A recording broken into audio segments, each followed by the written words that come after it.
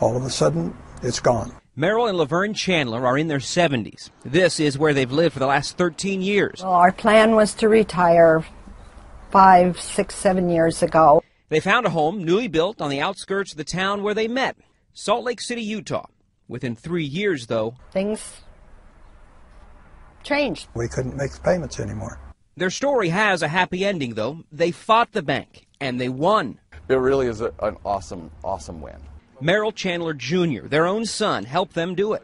Because of what they went through, he started a group called NAFTA, the National Association of Foreclosure Defense Advocates.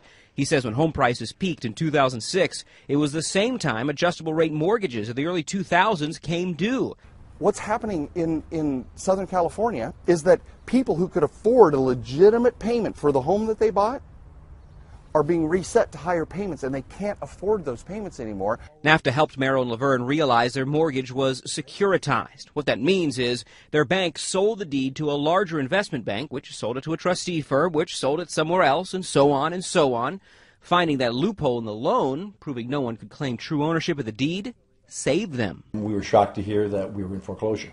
This Northridge couple fell into default last November. They don't want to show their identities for fear their children will find out what's happening. I cannot believe that we are going through this. They should be out of their house by now, but because they have a lawsuit pending with their bank, they can stay.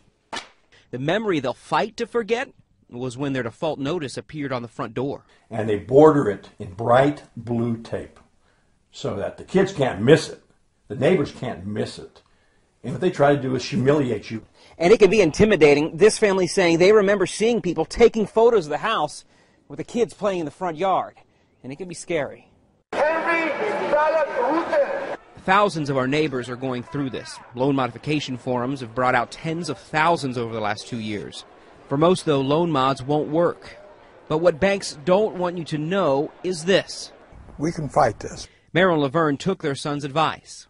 We were very fortunate because the judge saw that the securitization process occurred, and he wasn't aware of actually who the owner of the debt was. In a summary judgment, the house became what's called a permanent possession for the Chandlers. Basically, it tells us that we can possess the property, but we don't own it. But if they try and sell it, they have to pay off the lien that's on it.